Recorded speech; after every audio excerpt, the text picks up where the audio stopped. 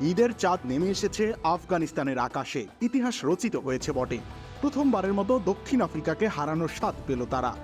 ফজল হক ফারুকী এবং আল্লাহ গাজানফারের দুর্ধর্ষ বোলিংয়ের পর ব্যাটারদের দৃঢ়তায় ক্রিকেট বিশ্বকে চমক উপহার দিল দলটি। অন্যদিকে তাদের বিপক্ষে প্রথমবার যে কোনো সংস্করণে দ্বিপাক্ষিক সিরিজ খেলতে নেমে রীতিমতো দুঃস্বপ্ন দেখল প্রোটিয়ারা।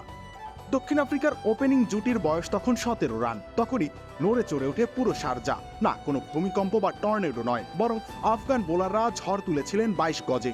স্রেফ ঝড় বললে অবশ্য কম বলা হবে, বলতে হবে আরো বিধ্বংসী কোনো বিশেষণ। কারণটা স্পষ্ট হবে স্কোর বোর্ডে তাকালেই। 17 রান শূন্য উইকেট থেকে মুহূর্তের মাঝে 36 রান 7 উইকেটে রূপ নেয় প্রোটিয়ারা।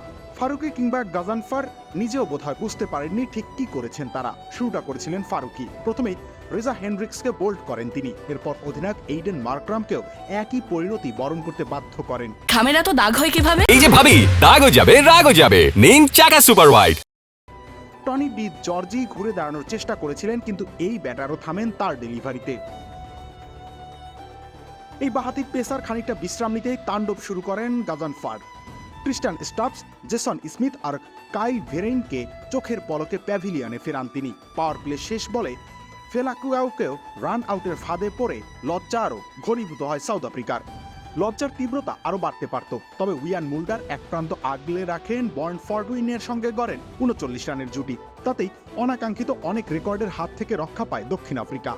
শেষ পর্যন্ত তার 52 রানের কল্যাণে 106 রানের মামুলি সংগ্রহ জমা হয় স্কোর বোর্ডে।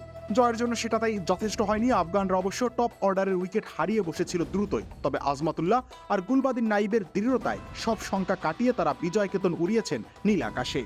ওয়ানডে বিশ্বকাপ কিংবা টি-20 বিশ্বকাপে মুগ্ধ করার মতো পারফরমেন্স দেখিয়েছে আফগানিস্তান। সেটারই ধারাবাহিকতা দেখা গেল এবারের দ্বিপাক্ষিক সিরিজে।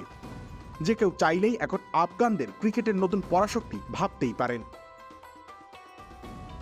রবিউল ইসলাম রনি, খেলা 71।